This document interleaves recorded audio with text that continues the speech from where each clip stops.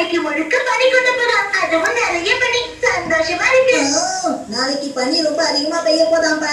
ஆமா ஆமா, நான் சின்ன வயசுல இருக்கும்போது அக்கீட்டாங்கிற இடத்துல கொஞ்ச நாளைக்கு இருந்தேன். அங்க இப்படிதான் அடிக்கடி பனி பெய்யும். அங்க இருக்கிற ஸ்னோ எல்லாம் எடுத்து வச்சு அழகா வீடு கூட கட்டலாம். என்னது, வீடு கூட கட்டலாமா? நீ நினைக்கிற மாதிரி இல்லப்பா, அது ஒரு மாதிரி ரவுண்டா கட்டணும்.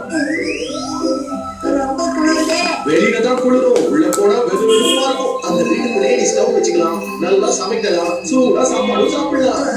இத கேட்கவே நல்லா இருக்கு. ரொம்ப ஜாலியா இருக்கும். நாளைக்கு நம்ம 2 பேரும் சேர்ந்து அந்த வீட்டை கட்டலாம்ப்பா. தாராளமா கட்டு, ஏன்னா பனி வீடு கட்ட லோன் எல்லாம் தேவைப்படாது. நான் அவளா இருக்கேன்.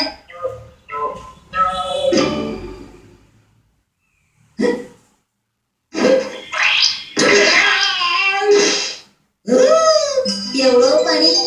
என்ன ஷின்சான், இதெல்லாம் ஒரு பனியா? வெறும் 1-2 சென்டிமீட்டர் தான் விழுந்திருக்கு. இத ஒரு பெரிய பனிப்பொழிவுன்னு சொல்ல முடியாது. இதுல நான் போய் வீடு கட்டலாமா? இதுல முடியாது ஷின்சான், ரொம்ப கஷ்டம். ஏப்பா இப்படி மாத்தி பேசுறீங்க? நேத்து நீங்க தானே கட்டலாம்னு சொன்னீங்க. ஆமா, நான் தான் சொன்னேன். ஆனா வாழ்க்கையில நாம நினைக்கிற மாதிரி எல்லாமே நடக்குதா என்ன? இந்த உலகத்தை நம்ம என்ன செய்யலாம்? எதுக்காக இப்படி சத்தம் போடுற? பக்கத்து வீட்டுல இருந்து யாராவது வர போறாங்க. இதுக்கெல்லாம் நீங்க தான்ப்பா காரணம். நான் காரணமா? நான் என்ன பண்ணேன்? உனக்கு வீடு கட்ட இது போதும். என்ன பண்ற? இது என்ன விளையாட்டு? சரி, மோதி பாத்துருவோம். மிச்சி, நீயா? உங்களுக்கு விளையாட வேற இடமே கிடைக்கலையா? இவனால எனக்கு கெட்ட பேரு. சரி சரி, விளையாடுறது போதும். நான் ஹோமியாவுக்கு போய் ஹீமாவரிய பாத்துட்டு வந்துடுறேன். என்னது?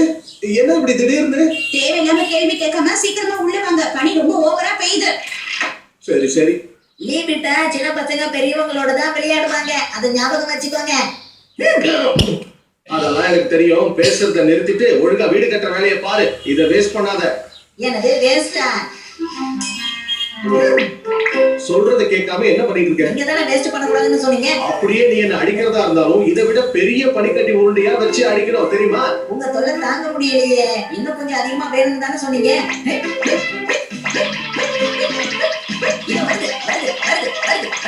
இரு கொஞ்சம் போல. நான் பெரிய பனிக்கட்டி உருண்டையா செய்யணும்னு சொன்னேன், இப்படி தூக்கி தூக்கி அடிக்க சொல்லல. அப்படியா? நான் எது செஞ்சாலும் தப்புன்னு சொல்றீங்க. இப்ப நான் என்னதான் பண்றது? முதல்ல நான் சொல்றத கேளு. இப்ப நாம ஒரு ஸ்னோமேன் செய்யலாம். ஸ்னோமேன் செய்ய போறோமா? அது எதுக்காக இப்படி கோவமா சொல்றீங்கப்பா? சிரிச்சுக்கிட்டே சொல்லலாம்ல. நான் சொல்றத கேளு. பனி பொழியிற காலத்துல ஒரு பனி மனிதனை செஞ்சு வைப்போம். அதுதான் வழக்கம். இது இப்பதான் தோணுதா? இந்த ஐடியாவை நீங்க முன்னாடியே சொல்லிருக்கலாம்ல. இப்ப பாருங்க.